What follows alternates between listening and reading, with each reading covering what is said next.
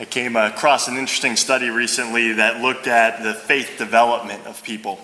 And one of the things that this study determined is that a person's moral foundations, so their concept of right and wrong, their concept of truth, the concept of their purpose and their meaning in life, are all formed by age 9.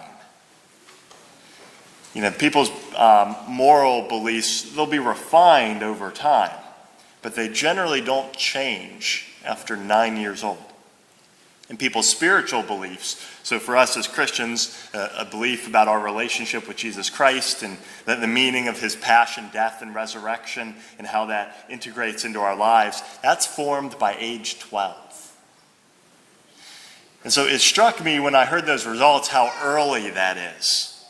And I think it emphasizes the importance of formation leading up to those ages of 9 and 12, and especially the importance and the urgency of the responsibility of parents to make sure that they're forming their children well at an early age.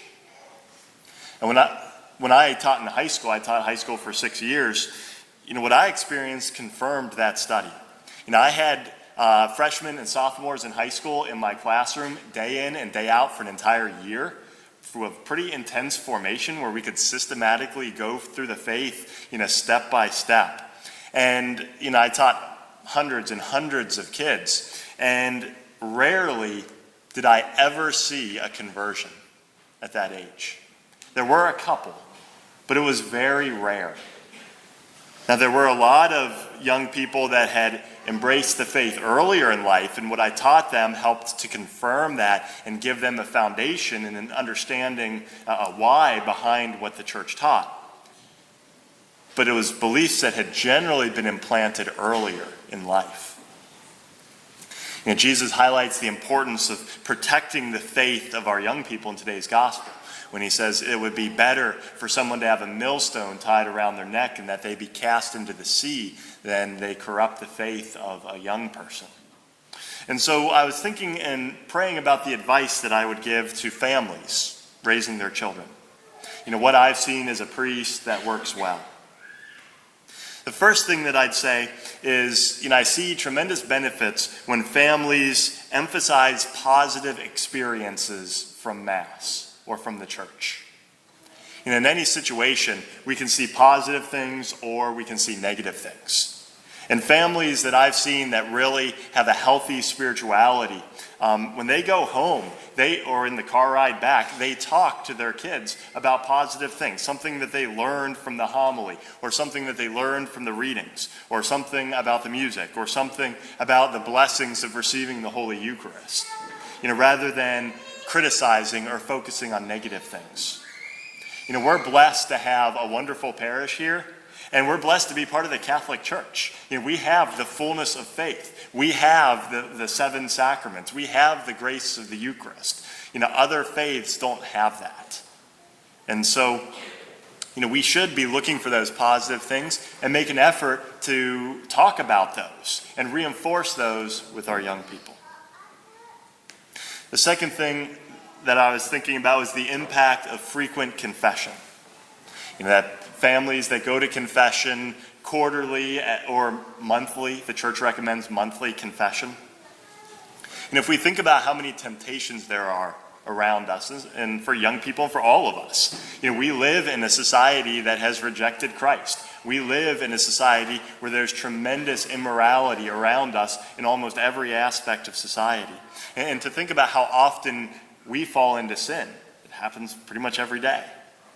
And so when we think about confession, how beneficial is it for a child to sit down on a regular basis with an examination of conscience, a list of what's right and what's wrong, and to go through that list and to confess the sins that they've committed. The impact that can have, first of all, because of the grace of the sacrament, but secondly, the formation that happens when young people are doing an examination of conscience and forming their conscience in light of the church's moral teachings, that's powerful.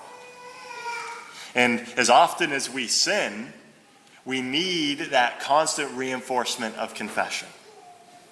And so one of the questions we can perhaps think about is, when was the last time that we as a family went to confession?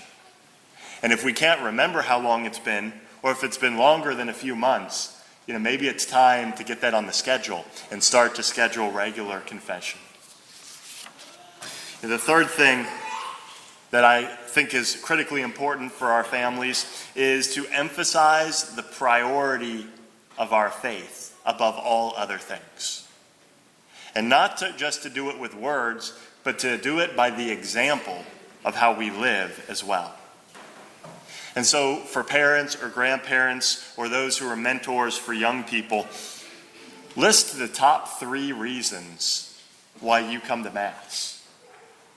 What would you say are the top 3 reasons? How has it formed you? How has it been beneficial and shaped who you are? And make those talking points with your children or with your grandchildren. Do your children or grandchildren know the reasons why you come to Mass? And this is especially important for fathers, because the most important factor in whether young people practice the faith is the faith of their father.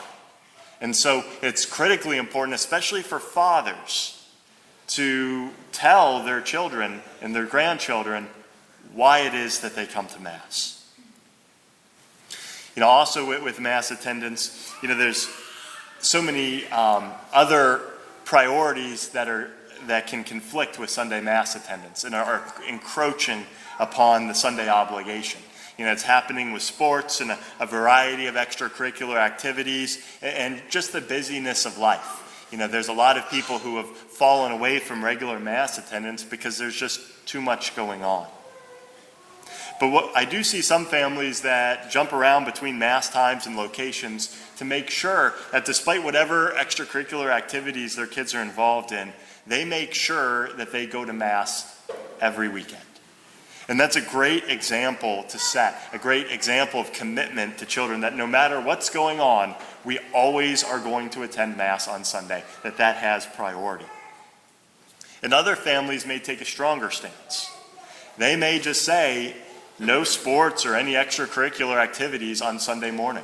Sunday is the Lord's Day, and we're going to go to Mass first. And, we'll be late to any practices or any activities because we're going to make sure that we go to Mass first. And that's a very positive example to set for young people. And if a coach really cares about the children entrusted to them, they will support the parents in that decision 100%. They'll value the faith formation of those children, and they'll be happy and entirely supportive of parents. And if a coach is not supportive of parents in making that decision, then why would we ever want to entrust our children to them? Because that means that they're willing to lead a child into mortal sin and undermine that child's faith for the sake of a sports program or an extracurricular activity. And so extracurricular activities are meant to build our young people in virtue. And the goal is that our children are well-rounded in different aspects of their life. And so we need to make sure that the activities that our young people are involved with are actually attaining that end and are not undermining the faith of our children. I think it can be daunting to think about how quickly children's values are formed.